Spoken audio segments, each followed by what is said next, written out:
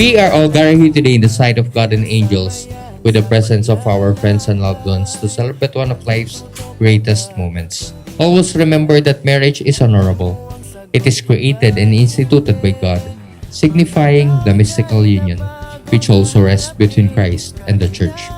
So may this be adorned by true and abiding love. Ngunit kahit ano pa man ang dumating, nandito na ako at dadamay sa'yo. Mula ngayon, di ka na mag-iisa. Ilang beses sinubok ni Lord ang relasyon natin, pero pinili pa rin natin ilaban at hindi tayo sumuko. Lahat gagawin mo, maibigay lang sa amin ni Ethan ang buhay na pinangako mo. Madami akong kahinaan at mabilis akong sumuko sa mga bagay-bagay. Pero simula nung dumating ka sa buhay ko, hindi na ako nag-aalala at natatakot kasi ikaw ang laging lagats ko. Hintayin ka lang kapag inaapi, wag nang lumaban. Akong mauunat, baka ka masaktan. Mga bagay na ating haharapin, dalawa tayo, sabay nating lulutasin. Kaya kahit anong unos pang darating, wag nang mangamba. Aalalayan kita mula ngayon, di ka na mag-iisa. Wag matakot mawala. Yun yung asawa ko nandito sa harap. Napakaganda. Ang hirap tignan. Una-una, nagpapasalamat ako sa Panginoon, syempre. Dahil binigyan niya ako ng pagkakataon na mapakasalan yung taong magiging katuwang ko sa buhay. Nung tinalikuran ako ng mundo, ikaw yung nasa harap ko. Nagsasabi lagi na, kaya mo yan, mahal. Alam ko, malakas ka. Susuportahan kita. Umuwi ka lang sa akin. Kamusta naman sa pagiging pogi? Wala tayong problema ganyan, boss. College kami nagkakilala. Binubuyo siya nung mga kaibigan niya sa akin. Ginalingan na natin. Ano, na-in love sa vida, boss eh.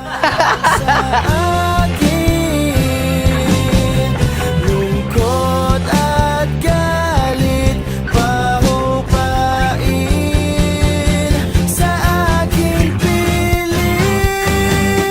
Mula ngayon, di ka na mag-iisa.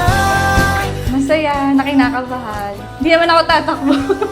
Sobrang daming talent, nakakatuwa. Kaya parang feeling ko araw-araw niya ako nililigawan kasi nga, ang galing-galing niya kumanta. Sobrang ganda rin ng ugali niya. Tsaka sobrang maalaga. Tsaka yung full support na binibigay niya sa akin since day one. Magkaiyakan pa tayo dito. Laging nandyan sa piling mo. Sa piling mo, oh, sa piling mo.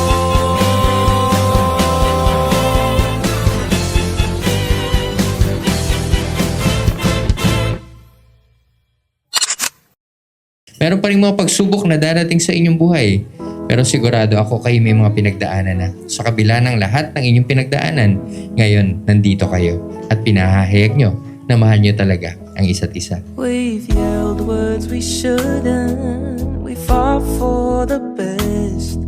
Those tears we were crying, both happy and Sana sad. kahit kayo may anak na, kahit kayo kasal pa, karamdam nyo pa rin mahal nyo ang isa't isa. Hindi mahirap magsabi ng I love you bago matulog. Sana rin wag kayo magtatago ng kahit na ano sa isa't isa. Anumang plano, desisyon o bagay na gagawin ng isa. Sana rin kung merong mga misunderstanding, advice ko po sa inyo. Pag-usapan nyo kaagad ng maayos at mapayapa.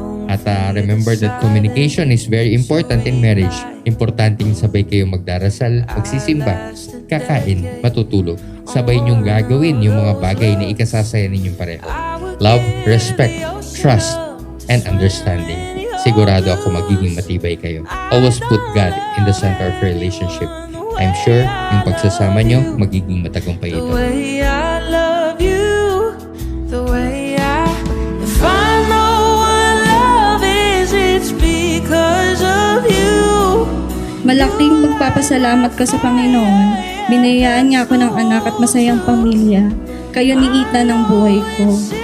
Mahal na mahal kita, Daddy. At mas mamahalin pa kita mas mahaba pang panahon. Family and friends, I proudly say, kasal na ako. I'll tell the whole world, top of my lungs. Sa hirap at ginhawa at sa harap ng Diyos, hanggang sa susunod na buhay, ikaw pa rin ang pipili. She is a blessing and her presence makes life complete. If you have a good wife, you have everything. I